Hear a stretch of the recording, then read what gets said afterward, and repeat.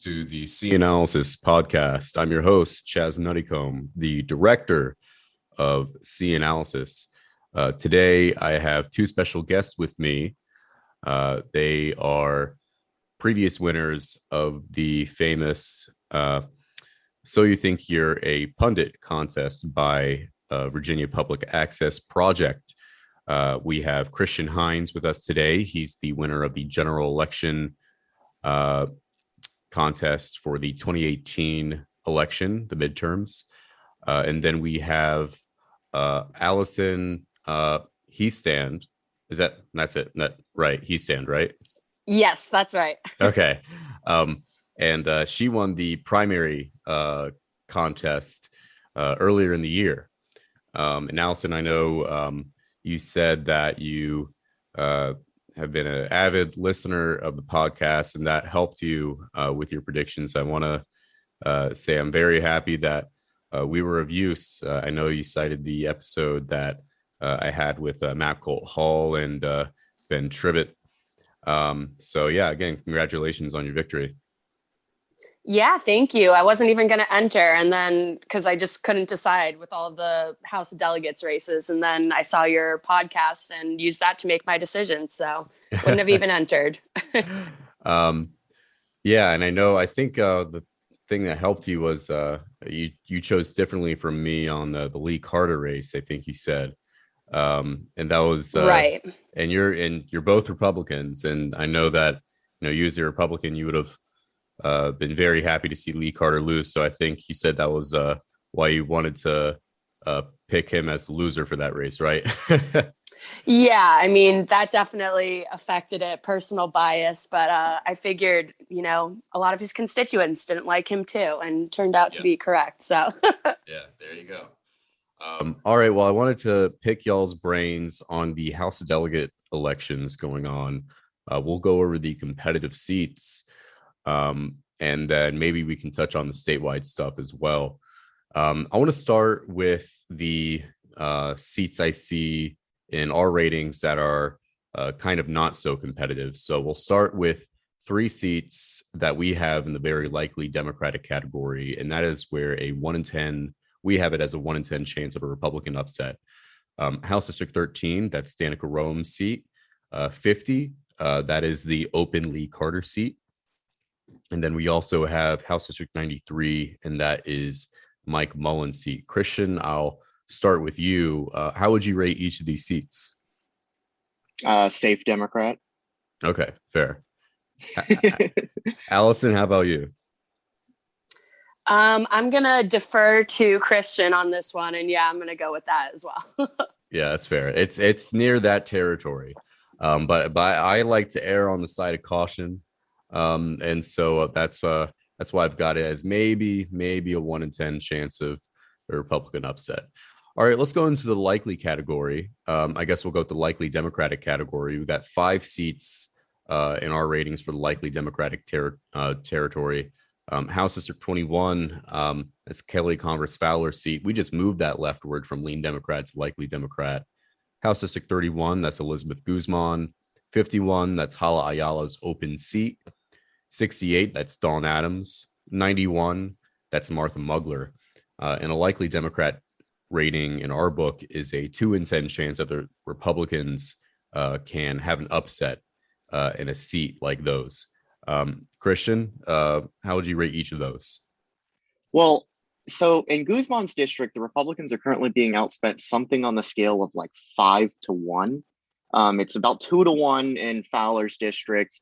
I would argue it's not even competitive, not even remotely competitive in House District 68 with Dawn Adams. What most people forget is that the precincts in Virginia that had the biggest swing from right to left between 2012 and 2016 were actually in House District 68. That was ground zero for the Republican collapse and wealthy college-educated suburbs. So quite frankly, I think 68 is safe Democrat, and I think the rest are probably likely Democrat, or at least likely, arguably very likely. Okay. Yeah, no, you're absolutely right. 68 was very much a district that liked moderate Republicans, and it is definitely in that area, in those precincts, you've seen a major swing to the left. I think the Republican candidate there is decent, but he's no Manoli Lupasi. I think Lupasi ran to be an even more competitive race, but I think Adams will likely hold on. Allison, what about you for each of those seats? Again, don't have much to add. Don't want to eat up time when I don't know nearly what I'm talking about like you guys. So yeah, I'll just leave it there. All right. All likely then. All right. And then House District 84, that's Glenn Davis's seat. We just moved that from lean Republican to likely Republican. Christian, how about you? How do you see that?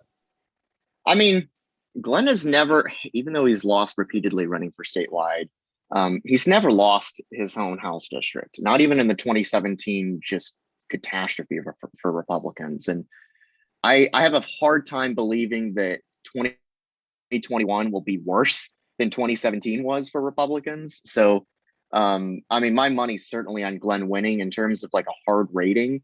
I don't know. I think you probably got it right on. You probably hit the nail on the head for your rating in that district.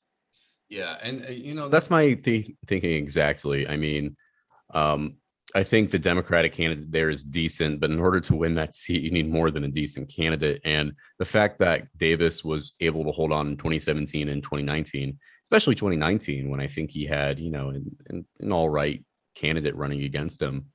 Whereas in 2017, I would say the candidate was kind of mediocre, at least in campaign strength, at least. Keep in mind that in 2017, the Democrats kind of wrote off his district. They did not. I mean, they were not prioritizing that district at all. They were operating under the mindset that, we're going to run, acting like it's still the Obama era in terms of what districts are competitive and which ones aren't. And when you're operating with that mindset, a district like Davis's is just off the table. And then they came so close to winning it that they actually, they put even more resources into it 2 years ago, because it was like, holy cow, we almost flipped this district. Maybe we should actually care about it this time. But as you pointed out, Davis still held on in 2019. And I would argue that 2019 was a more difficult race for him than 2017. I would absolutely say so. Yeah, I would definitely say 2019 is more difficult because, you're right. They actually targeted him. And I think Democrats even know that they're probably quite likely not going to beat him this time. I don't think they had the necessarily Obama mindset, Obama era mindset in terms of how they see the district, but in terms of how the environment is shaping up to be, it's quite unlikely that compared to, the great years 2017 and 2019 were for the Democrats, that this could be the year that he loses. Allison, how about you? How do you see Davis's race? From what I've seen, I mean, like Christian alluded to, I'm more familiar with the state races in general, but I'm familiar with him from those races. But it seems like no matter how many times he messes up statewide, he always pulls it out in his own district. I remember he was the one that either last cycle or a couple cycles ago, they like miscalculated the results to start, and it looked like he was getting creamed. And then there was like some calculating error, and then he was fine. Even though it ended up being close. But I don't see any reason to think that this will be the year that he loses over the other. Okay. Yeah, I don't remember that happening for his. I do remember that was the situation House of Security in 2017. And Barry Knight as well, just south of Glenn Davis in 2019. For a brief moment, it looked like he had lost. Huh. I don't remember that, but I mean, I don't know. I was trying to keep with all the seats. The Democrats were actually putting out like infographics on Twitter and stuff like that saying congratulations to, I can't remember who the candidate was. Len Myers. Yeah. No. And then they had to backtrack it a couple hours later. Yeah. I remember they deleted it. Yeah. Once they did the recanvass. All right, well, let's move on to the races that we have in the lean category. We only have 2 seats in the lean category, and that's in the lean Democratic category. We got House District 63, and that is Delegate Aird's district. And then we have House District 72, and that is Delegate Van Valkenburg's district. These are both in the Richmond area. 70-30 is what a lean rating is. So there we see about a 30% chance that the Republicans could win one of these seats.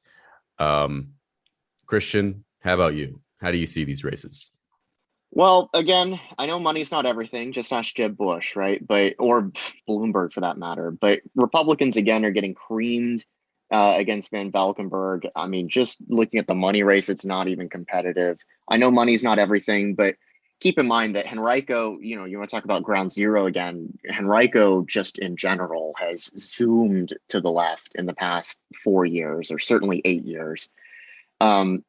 Quite frankly, I think that it's easily Van Valkenburg's race to lose. I think it's at least likely. You could make the case, in my opinion, for maybe very likely, but I would be comfortable leaving it at likely, especially because the district did shift about a point or two to the left when they did mid-decade redistricting back in 2019, or should I say end of decade redistricting back in 2019. As for House District 63, I know that Erin got a bit of a scare in 2019 when she only won by about 11 points against an independent.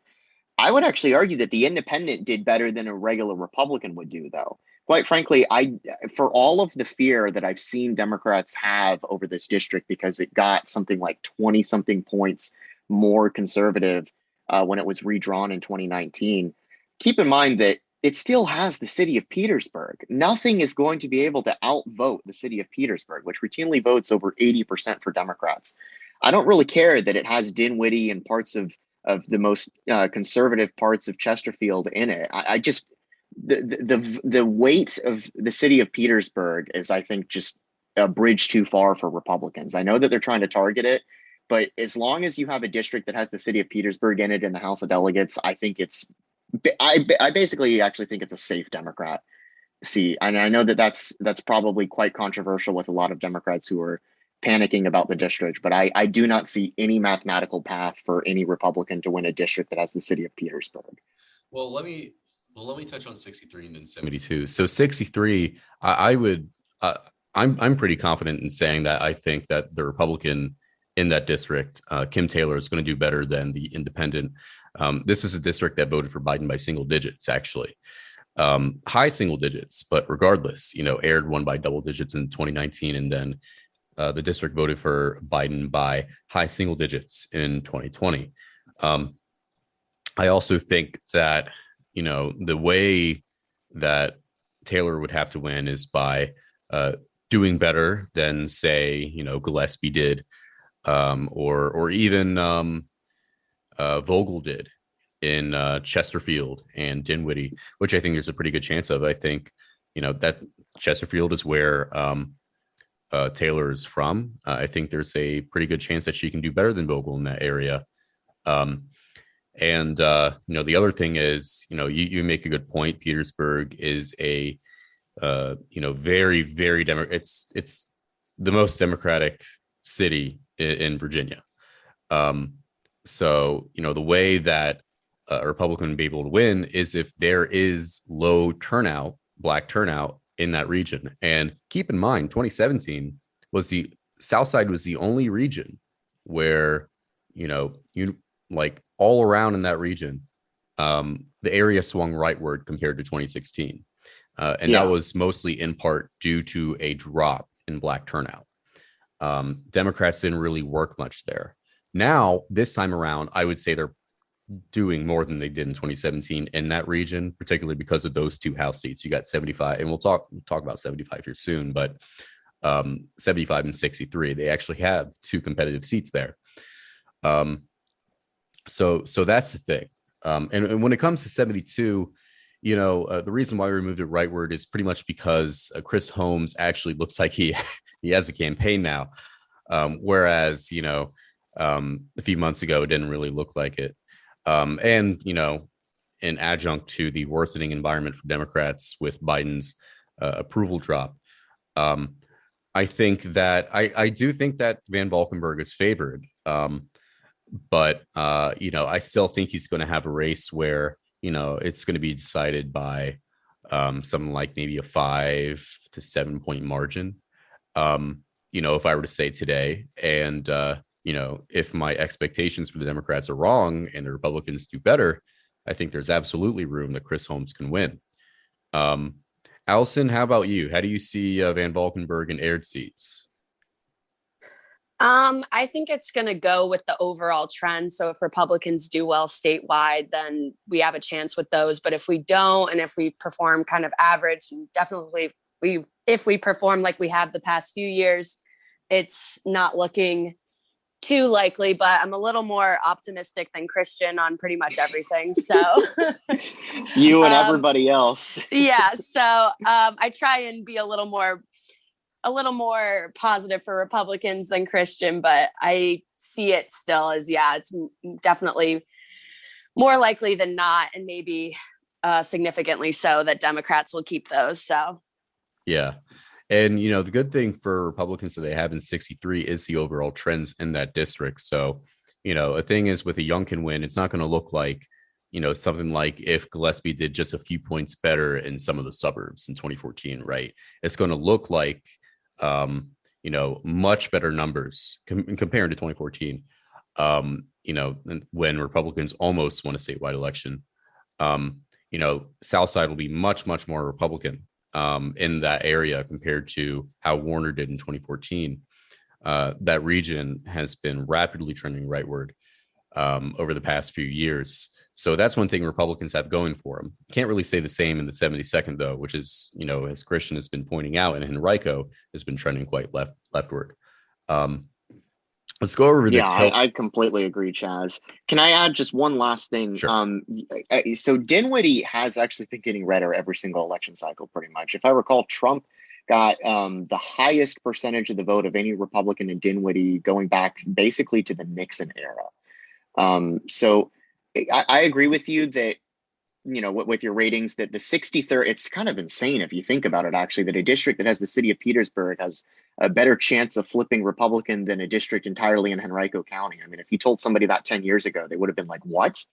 Yeah, you're right that the way that Youngkin, talking about statewide, would win, and especially these Republicans in districts like the 63rd, and I know you're going to get to the 75th in a second, is if they juice up turnout and increase their vote margins in the rural precincts that make up those counties in Southside Virginia. I mean, Dinwiddie is kind of going to be an experiment for Republicans in seeing how high can they go in some of these rural counties that are in a corner of the state that have traditionally been much more Democratic leaning than the rest of the rural part of the state. Yeah, absolutely. All right, well, let's touch on the tilt seats we have. We have three tilt seats, two in the Democratic category, one in the Republican category. House District 40 and 73, that's not Tim Hugo's seat, Dan Helmer's seat. Dan Helmer beat Tim Hugo in 2019. That's in Fairfax. And then you have 73, which is also in Henrico. That's Rodney Willett's seat. And then another Richmond seat, we have House District 27. That's Roxanne Robinson's seat. These are all seats where we have the incumbent party about a 60% chance of holding on to the seat. 27, we moved from lean Republican to tilt Republican. That was one of two seats we moved leftward because Deborah Gardner has really put together a very strong campaign. The other thing is, though, I don't think I'm going to be seeing that go into a toss-up because Larry Barnett also ran a tremendous campaign in 2019. We moved 40 to rightward as well in our recent rating changes. Harold Pyan has been putting together a pretty strong campaign. And I think that if he can kind of, as Ben Tribbett pointed out on our podcast, if he can do well with the minority communities there, especially the Asian American community, a la Orange County 2020, and the congressional seats there, I think Harold Pyan can win that seat, but I still think it's an uphill battle for both respective parties. Christian, how do you see each of those three seats? So can you remind me what the third one was? I know that. So we got. I don't think I heard I know that there was the 40th, right, and then the 27th, I believe. What was the third one? 73rd. The 73rd. Rodney Willett. 73rd. Yeah. Okay. So My biggest disagreement with you, Chaz, is actually probably in House District 40. I think that's safe Democrat. And I know that also is controversial. Here's the thing that people will know. I'm willing to bet that most people have probably not heard me before because this is my first time on your show. But Chaz, you and I have known each other for, gosh, I guess 3 years now. I texted you the day that I won the VPAP contest in 2018. And, you know, my reputation is I am much more bearish on Republicans in Virginia than pretty much anybody.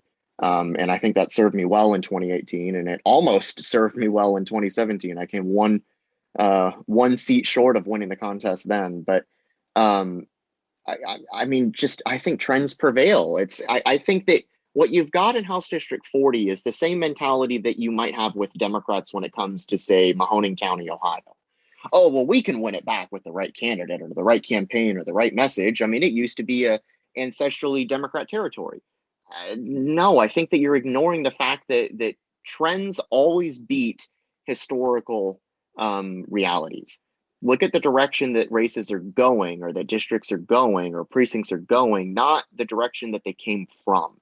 And when you look at a district like the 40th, just the bottom has fallen out for Republicans in this district. This is the only district in Northern Virginia that voted outright for Mitt Romney in 2012. And Trump lost it by a bigger margin than he lost the Petersburg district by. So I give Harold a lot of credit. I think that he's running actually a very strong campaign. I think that he has the potential to drastically outperform Trump. I would be stunned if this isn't decided by single digits. But that doesn't change. So when I say safe Democrat, that does not mean I think it'll be a blowout. Right. That means that I think that there is effectively no path for a Republican to win. I think it'll be close, but I just don't see a path for a Republican to win a district that is in almost entirely in Fairfax County in 2021. It's just the trend line that has been going on in Northern Virginia has just been absolutely devastating for Republicans. It's the reason that Virginia is a blue state to begin with. And you know, a seat like the 40th, I just think is completely out of reach for this party in, you know, the post-Trump age. It would take a cataclysmic shift in political coalitions for a district like that to come back to us, I feel like. Now, with respect to the 73rd, I think that that's probably one of the best Republican potential pickups in you know, suburban Virginia. You know, we're talking about these parts of the state that have, you know, completely deserted the GOP in the last 8 years. I think the 73rd is one of the more likely districts that Republicans can pick back up. But I mean, even then, I probably agree with your analysis that it's tilt Democrat. I mean, the bearish side of me would probably want to say it leans Democrat, but just to be on the cautious side, I could go with, I'm comfortable with the tilt Democrat rating. Okay. And how about House District 27? So for 27, I mean, it's similar to Glenn Davis, except it's arguably, you know, maybe a point, maybe 2 points more Democrat leaning than Davis's district. But I mean, Roxanne has been attacked relentlessly for a couple election cycles now. I mean, Democrats did target it in 2017 more than they did Davis's district. It was not a top target. I will definitely grant you that, but they certainly targeted it more than Davis's district, if my memory serves me correctly. You're right. And in 2019, it was one of maybe the top 5 battlegrounds in the entire state in 2019. And both times, Roxanne Robinson held on. Again, I would have to defer to the idea that look, even though I'm giving what's arguably a very bearish outlook for Republicans in the state house, I don't think that the environment is going to be worse than it was in 2017 or in 2019. So from that point of view, I mean, you know, you could say safe Republican, right? Of course, it's not safe Republican, but I am very confident that Robinson will win. Out of an abundance of caution, I would probably go with arguably might be one of the few races where I have a more bullish case for Republicans than you do, Chaz. I would probably go with lean Republican for the 27th. I think there's a strong argument to be made for the 27th based on, you know, the same argument for the 84th. It's just that, you know, honestly, in the 27th, they have a stronger campaign than they do in the 84th. Yeah. I would I mean, if definitely you say want to, that. yeah, if you want to weigh the quality of the Democratic candidate, I completely agree with you that Deborah's running a much better campaign than Democrats have traditionally fielded in that district or just that part of the state, that part of Chesterfield. So, I mean, if you want to weigh the quality of the opponent to Roxanne Robinson, then yeah, I mean, your analysis that it's tilt Republican would probably be close to spot on. All right. Allison, how about you? Yeah, I guess to work backwards, Robinson, I think she is kind of what Christian was alluding to, established enough in that district that she's going to make it out okay. I think people know who she is now. She's got the name recognition. I think if she was going to lose, it probably would have happened sooner than this cycle. For Pion and Helmer, I'm in Fairfax County, so that's kind of my area.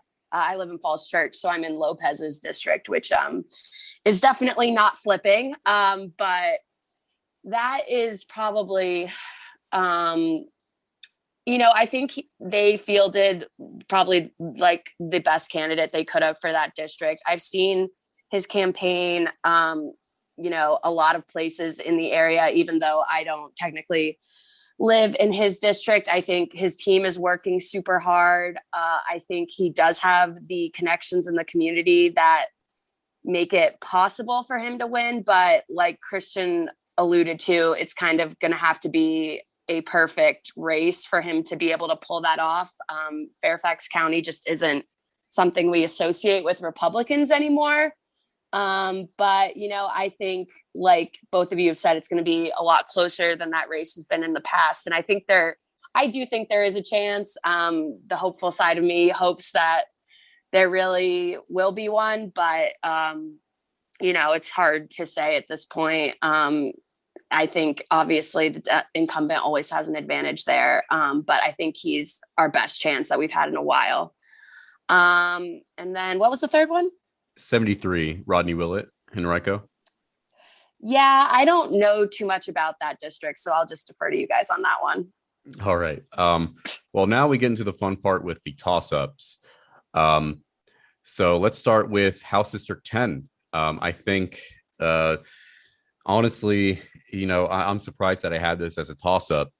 But the Republican candidate there is really just honest. I think it's their strongest recruit in that seat, House District 10. That's Winnie Goodidis' seat in Loudoun, in Clark and Frederick. I think the Republicans are better off than getting Minshew, the former incumbent, to go there again. I think they've got a young, fresh face who's able to raise a good amount of money. Of course, it is Loudoun County, but I think he's been running a great campaign. Christian, how do you see the seat? Yeah, Nick Clemente, I don't know him personally, but man, is he a fundraising machine. I wish that all Republicans could raise money like this guy can.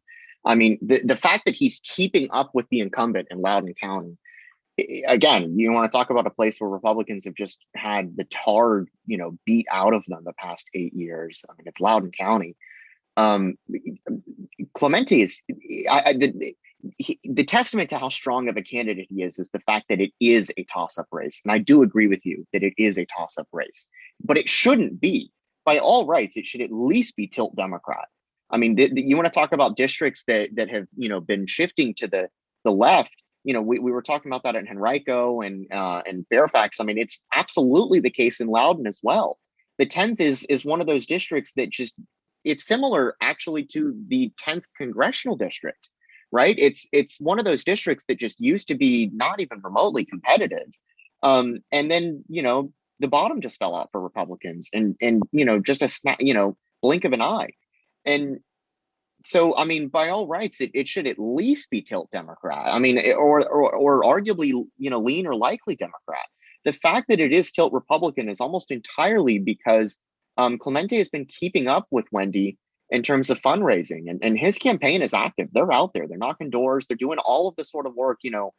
I see so many candidates that think that, an election is just, post memes on Facebook and, set up yard signs. And it's so much more than that. And, Nick's team has actually been running a race. And the fact that he has so much money to spend and that he's able to keep up with the incumbent on the money races, I think going to go a long way in that district. Now, I mean, gun to my head, I still think that Goditis has the upper hand. I mean, if I were to choose, if I had to eliminate toss-ups, I would still say that I think she wins. But I am not at the point where I think that it is a done deal by any metric. I would not be surprised, especially if Youngkin wins. I'll say this: if Youngkin wins, I think that Clemente wins as well. I would agree with that. Yeah. Let's go to the other toss-up NOLA seat in Stafford County, and parts of Fredericksburg as well. House District 28. This was a seat that flipped in 2019. It voted for Trump in 2016. And so it's the only Trump 2016 Democrat seat. I have it as a toss-up. This Josh Cole's seat. Oh, wait, actually, sorry. Allison, how do you see the 10th? Going off of Christian's analysis and always trying to be more positive than Christian and hoping that the Republicans are going to flip the House this year, I'm going to go with, toss-up, but Republican. All right, fair. All right, so 28. Christian, how do you see it? Yeah, so this is a district that I have a lot of history in. I actually worked in this district for 3 years. I just recently left my job there. One of my best friends was actually the campaign manager for Paul Milday in that race in 2018. So I was very active there. I actually worked the polls in that district on election day for Paul Milday. It was the one race that I refused to publicly rate because I felt like I had too much of a conflict of interest, and it wasn't right for me to make a prediction one way or another because I was so close with so many members of the Milday campaign, and I was actually volunteering in that district on election day. So I predicted everything else in 2019, but I refused to make a rating for that race because of how close I was personally with the campaign there. I think Milday ran a heck of a race. It was a bad environment for Republicans. Milday had, just came out of a really nasty primary with the previous incumbent that he actually beat. And quite frankly, I think the Republicans in the district were in some ways kind of divided exiting that primary. It was a very brutal primary between Paul Milday and Bob Thomas. And that certainly did not help them. That didn't help them. The environment didn't help them. Josh Cole, Milday was independently wealthy and he was able to fund a significant amount of his campaign, but he was not able to keep up with just the boatloads of cash that Cole was just basically shipping in from California and Illinois and Northern Virginia and Maryland. And that combined with a poor environment, meant that the Nova spread, it crept down into Stafford and the district flipped. Now, fast forward 2 years later, Cole's got voting, a voting record of his own that he has to defend now. It was very difficult, I can tell you, from the Milday campaign's perspective, to paint Josh Cole as this left-wing radical because he had no record. He could say whatever he wanted to say. That's the advantage that you have of not being the incumbent. Well, he's the incumbent now, and he has votes that he has to answer for. And the other thing is the environment's not nearly as bad as it was in 2019. And what's more, the Republicans have, I would argue, a good candidate that appeals to both the Bob Thomas and Paul Milday wings of the party. Both Thomas and Milday support her. Both of them put themselves aside and said, we're going to back this candidate. Even though we have our own disagreements with one another, we both agree that that we can beat Josh Cole with the right candidate. And I think that with a unified Republican Party, the fundraising side, Cole is still, a fundraising juggernaut, just like he was in 2019. For sure. But Tara is in the fights. I think that you could make the case that it would be tilt Democrat because of the money race. If she was raising $600,000 just like Joshua Cole, I would say arguably that it's actually tilt Republican. But the fact that she's still behind in the money race, in spite of the fact that she also has these other structural advantages of the more unified Republican Party, much better environment than it was 2 years ago, I think that those things kind of cancel each other out, which would justify the toss-up rating. But again, this is one of those seats that, first off, if Republicans have any hope of retaking the chamber, they have to take this one back. And second off, if Youngkin wins, or heck, if Youngkin even comes within like a point or two, I would not be surprised at all if this district flips. All right. Allison, House District 28, how do you see it? Yeah. So, I mean, Christian was talking about this in his answer, but a unified Republican Party in Virginia is not something that's easy to achieve. So I wouldn't underestimate the advantage of that, considering that that's not the case in so many other places. So, I'm going to put it to Republicans on this one. Okay. And so would you say tilt Republican, lean Republican, or toss up, or? I'd go tilt. Okay. I think that's fair. I think a gun to my head, I would still pick Josh Cole in this race. But the fact that you have to put a gun to my head shows that, I still see it as a toss up. I would say that, while I'm aware of how, the Republicans in Stafford have united behind their candidate there, I still don't think she's the type of candidate that can win the type of voters that Republicans need back. But, maybe I'm wrong. We'll see. All right. House district. Let's go with 12 next. That's my district. That's the only competitive district west of 95.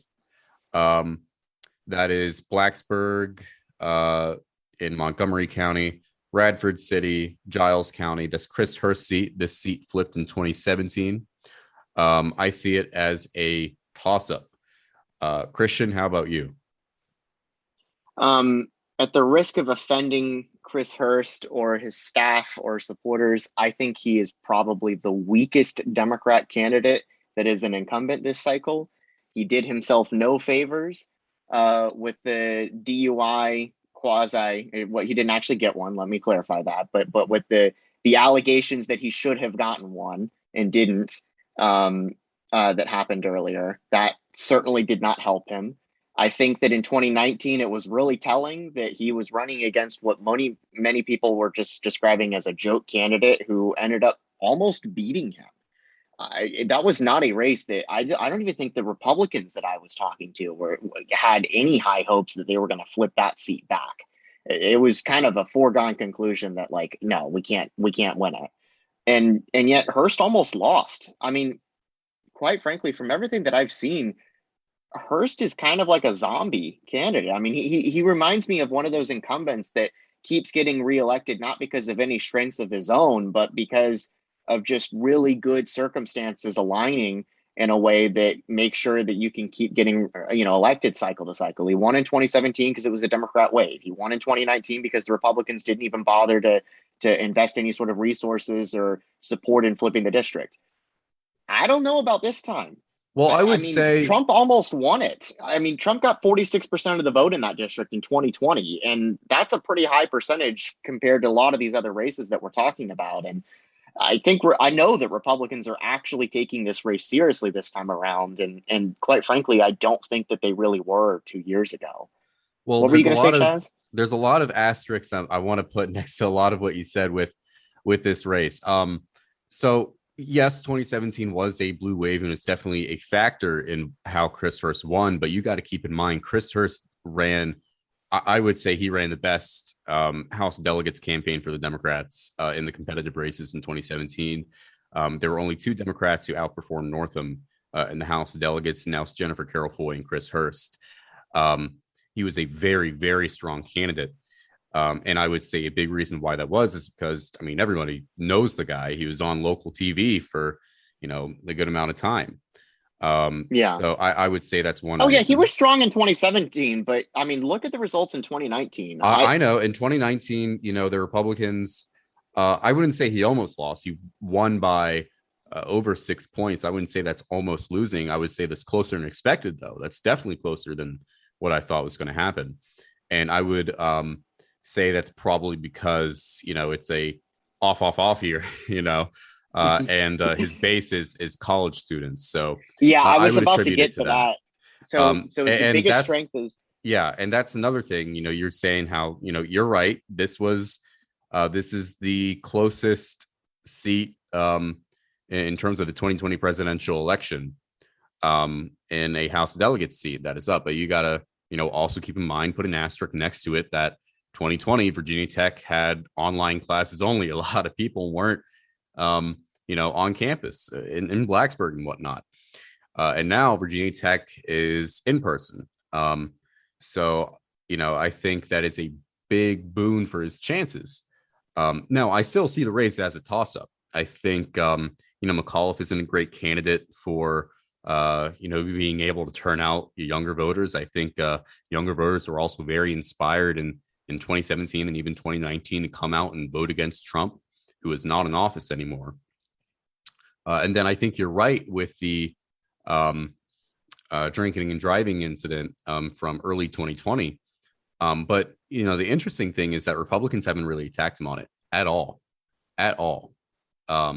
So, they just aren't doing it. So that's the thing. And I also think that Ballard, Chris Hurst is going to get his worst margin in Giles yet, because Ballard is from there. This is going to be the most Republican leaning year he's run in. And so, you put those together. And I think that Chris is going to have his worst margin in Giles. The other issue is that I don't think Ballard has, he may not have the appeal he needs for the Montgomery County part of the district, which is the most important part. That's nearly half of the electorate. But I want to say it's about like at least 45%. And sometimes it's closer to 50, but so that's the thing. Sorry, go ahead. Yeah, I mean, I actually agree with a lot of what you said there, Chaz. And my conclusion is that it is a toss-up. I'm not trying to argue that it's tilt Republican or lean or likely Republican. I do agree with you that it's a toss-up, but out of the toss-ups, I think this is one of the more likely districts that could flip. Because of all the reasons that I brought up. And to your point with the college students, keep in mind, though, that 2020 was a presidential year. If you didn't vote in 2020, regardless of what method you voted by or where you voted by, I find it very unlikely that you would be voting in 2021. And so even though classes were online, it was still a presidential year. All those college students had a motivation to go out there and vote against Trump. And so I think that although it's something to keep in mind, with a lot of students, now being vaccinated and going back to school in person, that, maybe it'll juice up Democrat turnout in this district. I also think that's a bit overstated, because even though the students might not have been taking classes in person in the fall of 2020, they were certainly voting in 2020 because it was a presidential year. Sure, but they probably, for a lot of these newer students, freshmen, transfers, etc., just didn't change their registration. I would argue that if you didn't change your registration in 2020, though, I don't think that there's really much that's going to change your registration in 2021. Why would speaking you as a recent college, why would you change your if you're not living in Blacksburg? You can't. You're online. You're living at home for your first year. With online classes, as a lot of tech students did, you can't really change your registration to vote in Blacksburg because you're not in Blacksburg. So, that's the other thing that's the point I'm trying to hit here. But how many first-year college freshmen go to university and then immediately change their registration and then vote in an off-year election? Like you and I, Chaz, no, I get your point here. I get your point. No, I know. But I'm just making the point about 2020. But yeah, my conclusion though is that it's definitely a toss-up in my book. Absolutely a toss-up. I do agree with you 100% there. Yeah, Allison, how do you see the 12th? Yeah, I think Hearst has outperformed what, a normal Democrat would probably do, just because he has such a, when he first ran the compelling personal story and all things related to that. But I think he's definitely weaker than he has been in the past. I think, since there aren't that many competitive seats in that area that you alluded to, that's something for Republicans and Democrats too, to fight for, to keep him in that seat, and for Republicans to, fully take back the entire region. But I see both of your points about, the registration in Blacksburg and that sort of thing. But especially being a state school, I don't think that many people change their registration. I'm super politically minded. So when I'm from Connecticut and I went to UVA and I changed my registration, but that was because I lived in Connecticut and, super into politics. So I don't see that being a huge factor. I think it could be, maybe a point or something like that. But, I'm optimistic on this one. And I'm going to go tilt Republican, part of my personal bias, but I think there's a good chance we could pull that one off. All right. Well, let's go to the only Republican held toss up, House District 66 in our ratings. We have it as a toss up. That is Kirk Cox's seat. Kirk Cox is obviously not running for re-election. You have Katie Sponsler versus, I'm trying to remember the Republican candidate's name. Mike Cherry. Mike Cherry, that's it. You have the two of them running against each other. Mike Cherry's on the Colonial Heights City Council. Sponsler ran for the old 66 in 2017, a much more Republican district. This district was redrawn in 2019, and now she's running again. I see this as a toss-up. It is still a district that voted for Biden by double digits, believe it or not. But I think Sponsler is, quite frankly, not a great candidate. So I think she's going to run behind McAuliffe by several points. I don't think McAuliffe is going to win this seat by double digits. I think McAuliffe is probably going to win this seat if he is winning statewide. And as a result, I think that, with the ticket splitting that usually goes, it's uncertain to see how the seat is going to go. If there wasn't a whole bunch of ticket splitting, I would say Democrats are probably favored to pick this up. But given how this seat usually goes with its amount of ticket splitting, it's really uncertain. Christian, how do you see this seat? Yeah, so this is an interesting race. As you pointed out, this is the best shot that Democrats have for a pickup anywhere this year. And this district used to be, more Republican than my district in the 30th. And until it was gerrymandered in 2019, I'll be honest, it was gerrymandered to be a Democrat pickup. It was drawn in a way that not even Gillespie wanted in 2014. No Republican statewide has won this district in, a decade under the current lines that the district have. And yet Kirk Cox won it in 2019. Now that's in part because he was Speaker of the House. He was the incumbent. And he ran a heck of a campaign. He did everything you needed to do in that sort of circumstance to make sure that he still won. And it was kind of remarkable considering that he went from, about a 60+% Republican district to one that just no Republican statewide has won, not even in the best years for Republicans in the past decade. And he still pulled it off. Now, keep in mind, though, that the district is drawn quite literally to elect a Democrat. Biden won it by double digits in 2020, and every single Democrat is as far back as records on VPAP show has carried this district, going all the way back to 2014.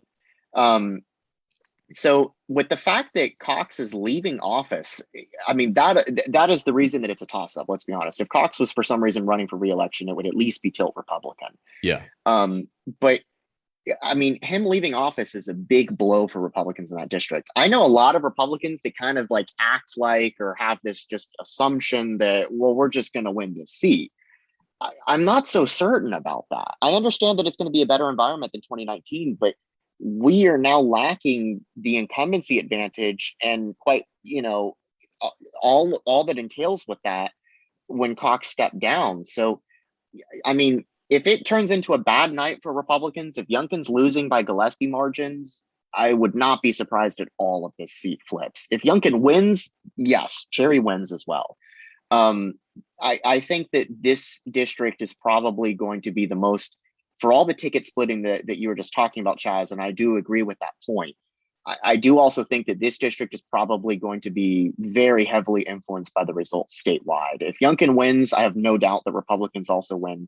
If McAuliffe wins, especially if he wins by north of margins in 2017 or anything close to that, then yeah, I think the Democrats will win. But I also agree with you that they're definitely going to underperform McAuliffe. The Democratic candidate there I mean, when she ran just a couple of years ago, she was a joke candidate. I don't know if she's gotten any better since then, but it does not look like the Democrats have an A tier candidate in what should be an A tier race.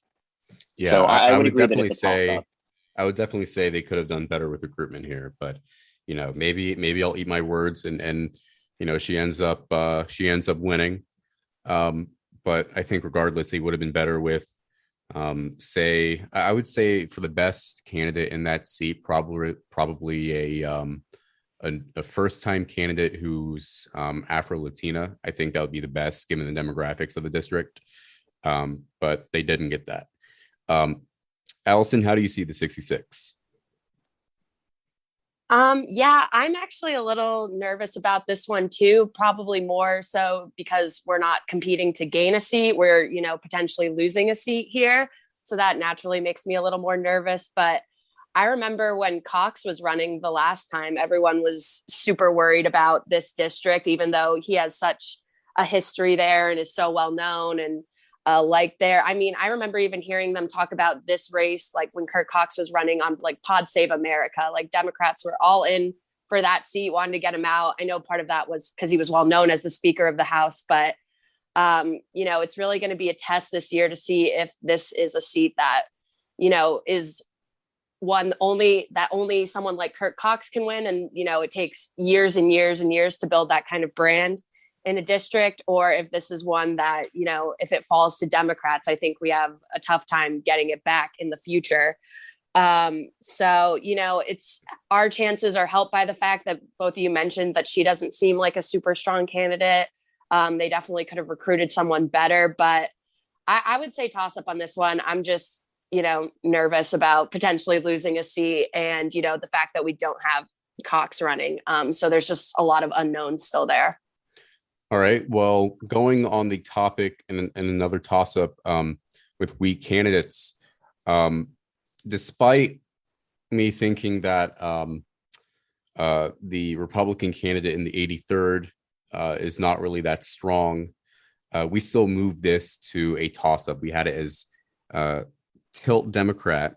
This is 83rd. That's Nancy Guy's seat in Virginia Beach. This seat also voted for Biden by double digits.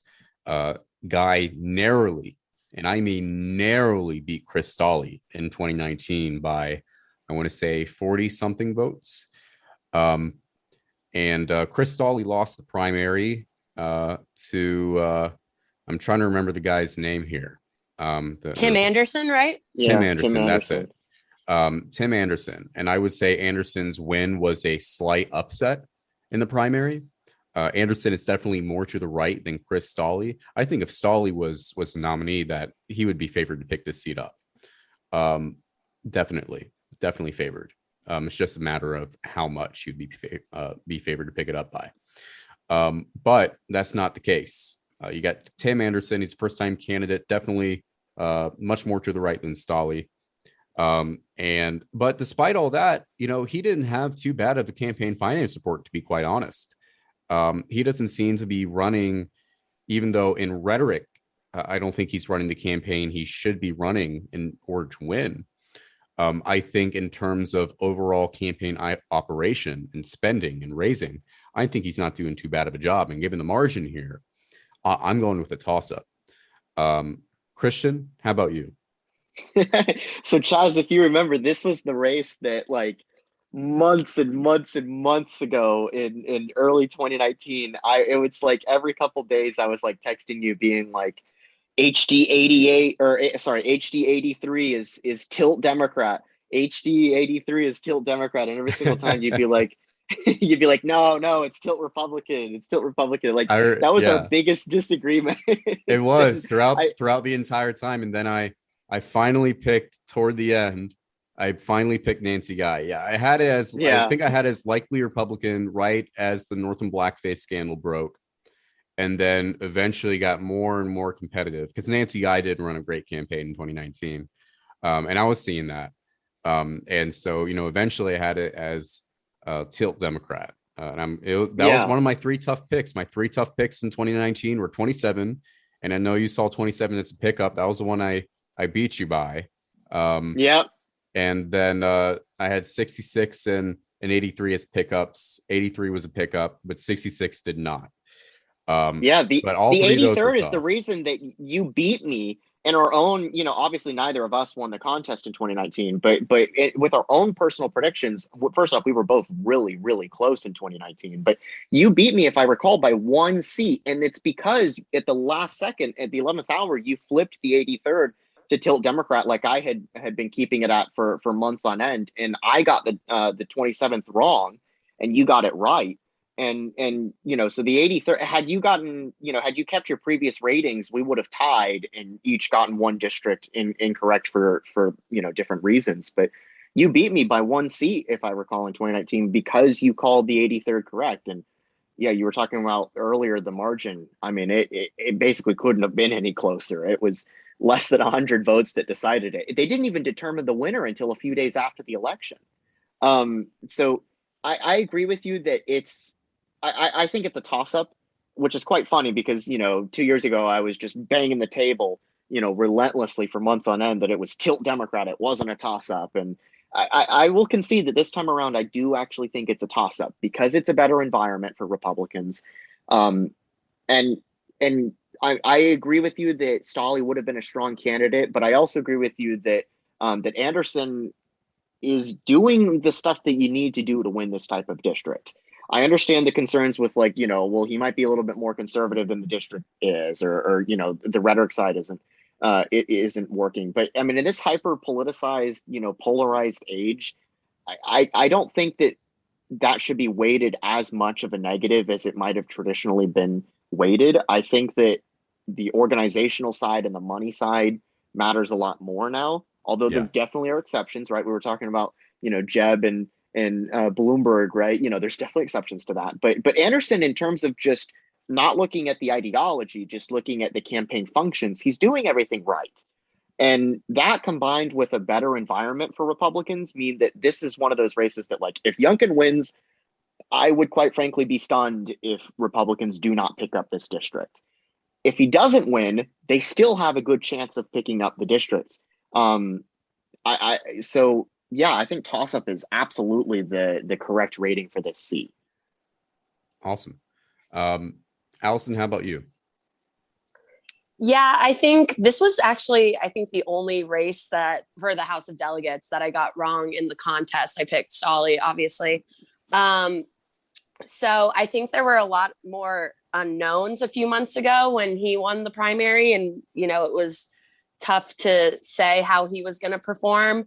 I've been pleasantly surprised. After initial worries that, that this was going to be something that could cause us to lose this seat and what would have otherwise been a winnable opportunity with the other candidate. But just trying to be optimistic on Republicans' chances. I'm going to go tilt Republican. I think that we have the opportunity to take this one back. All right, well, let's go to the seat adjacent, House District 85. That's Alex Askew's seat. I think that this is also a toss-up. I think, this is a very good pickup opportunity for the Republicans. If I had to pick, though, I do want to say Askew wins if I had to pick, but it's still a very tough choice. Christian, how do you see the 85th? I think Askew wins. I would go with tilt Democrat at this point. But keep in mind that I feel like that a lot of our disagreements with ratings might actually boil down to the odds that we assign to certain ratings. I don't, when I say tilt, Democrat, I'm saying, I give Askew like a 55% chance of winning. Maybe even a little bit less than that. So I think that it's borderline toss up, but the money side of things, Askew's crushing it. Republicans simply aren't. And it's one of those districts that, I mean, I know that we need to win if we want to take back the chamber, but it's more Democrat, leaning now than it basically ever has been, especially after it was redrawn in 2019. So, I mean, I don't know. I'm not comfortable with saying tilt Democrat, but my gut is telling me tilt Democrat. It's either toss up or tilt Democrat. I agree with you that gun to my head, if I had to pick a winner, I would choose Askew for certain. But I don't know. It's probably somewhere between toss-up and Tilt Democrat in my book. All right, Allison, how about you?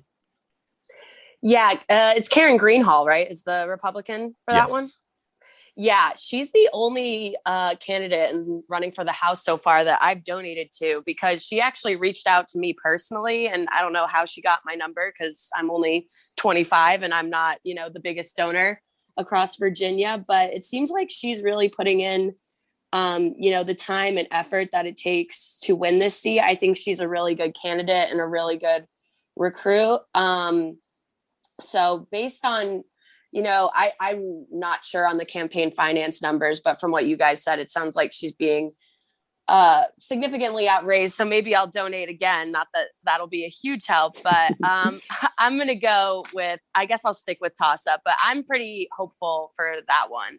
Because I think, a lot of candidates, just like Christian said, post on Facebook and don't really do anything. And she's actually putting in the time and effort. So I think she's a strong candidate, and there's still, a good chance that we could be successful this year with that one.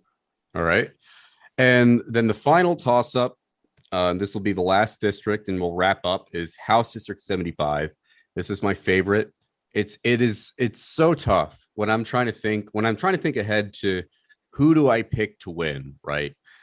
This is Southside District. This is Roz Tyler's district. It's going to be such a tough choice for me. Christian, I would say the equivalent is something like the 83rd in terms of, who do I pick to win? Because there's a lot of things going here. Roz Tyler is not running a very strong campaign, but I would say she's running a slightly stronger campaign than Otto Washman, who ran in 2019 and came surprisingly close, within 4 points of winning. The other thing is, if I see McAuliffe as, a moderate favorite in the race, or even a slight favorite, he would still probably carry this district. This district did vote for Fairfax in the 2017 lieutenant gubernatorial contest by, I think, like 3.5 something points. And then Roz Tyler had a even closer race than that. There's not a lot of elasticity in the electorate. So it really depends on if there is going to be another gubernatorial election to where the black turnout in Southside does drop. That's the thing that Republicans need. Otto Washman was able to win Sussex County in 2019. Keep that in mind. Sussex County is a majority black county, and he was able to win it. So, it's not like he was winning, black voters or anything. It was because of a major drop in black turnout. And so I just know I'm going to be wrestling with trying to choose that seat and who it goes to, especially because I do think Republicans are probably going to pick up a few seats. And I want to say this is their best pickup opportunity in the toss-ups, honestly, given the partisanship of the seat. But again, there's not a whole lot of elasticity in the seats electorate. Christian, how about you? So this is my favorite district as well, Chaz, for a lot of the reasons that you pointed out. So we were talking about the Petersburg race earlier.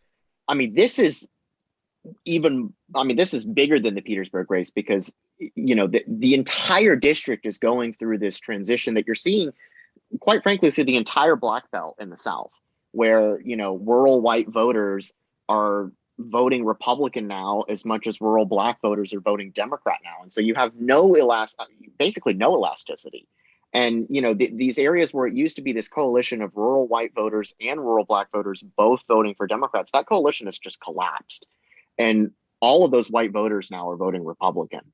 And you're right, black turnout has dropped in some of these precincts in the past in previous races. Keep in mind that when Gillespie was just getting his teeth kicked in 2017, he got almost 47% of the vote in the district.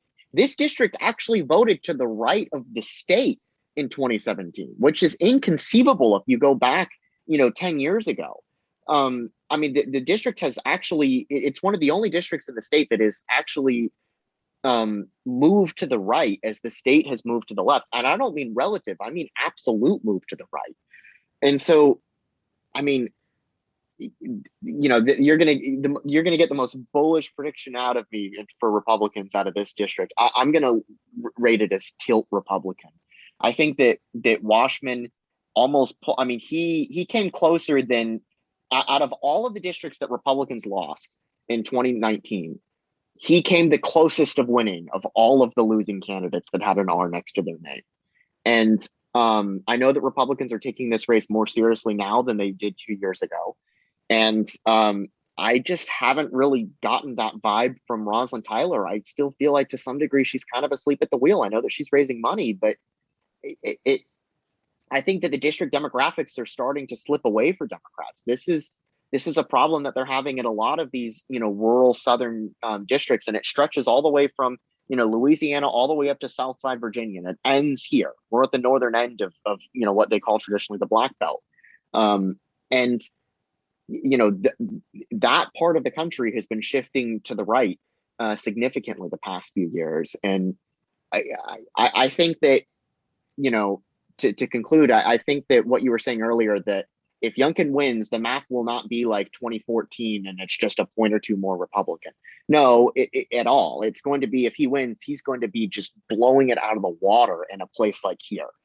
And whether or not Youngkin actually does win, I think is kind of a moot point here. I think that Washman is going to pull it off narrowly. And it could change by November, but I would rate this as tilt Republican. All right. Alison, how about you? Yeah, I'm going to stick with Christian on that one. I think most people agree that this year's gubernatorial race is hopefully, for Republicans' sake, going to be closer than it was in 2017. I just don't think Democrats are as motivated with Biden in office, and most importantly, with Trump gone. So based on, what you guys have been saying as well, I don't think that Youngkin necessarily needs to win statewide for Republicans to take back this seat. So even if, we fall short a couple points on the statewide level, I think there's a good chance that we can take this back. And it's good to have a candidate, who in this case, sometimes it's not, but ran last cycle and has some more name recognition, being built up in the district than, just a completely new person who has to start from scratch. He has the same, donors from last cycle, is able to build on that. So I think there is a decent chance we take it back. And, me hoping that we take back the House of Delegates, I'm going to go with this one's going to end up Republican. All right. Well, that about wraps it up. We've gone through all of the competitive races. I want to thank the both of you for coming on and giving your predictions with less than 40 days until the election. And it's so crazy to say that. Time really flies. It'll be interesting to see, how everybody picks their final ratings. I know I'm going to be struggling with some of these toss-ups and moving them into the tilt categories. But again, thank you so much for coming on. It was my pleasure, Chaz. It's always great to talk to you about maps, elections, forecasts, etc. Yeah, thank you for having me. I'm sorry I couldn't contribute more. I'm not as knowledgeable as you guys on the delegates races, but hopefully we can discuss the statewide sometime. Yeah, absolutely. All right. Well, thank you all so much.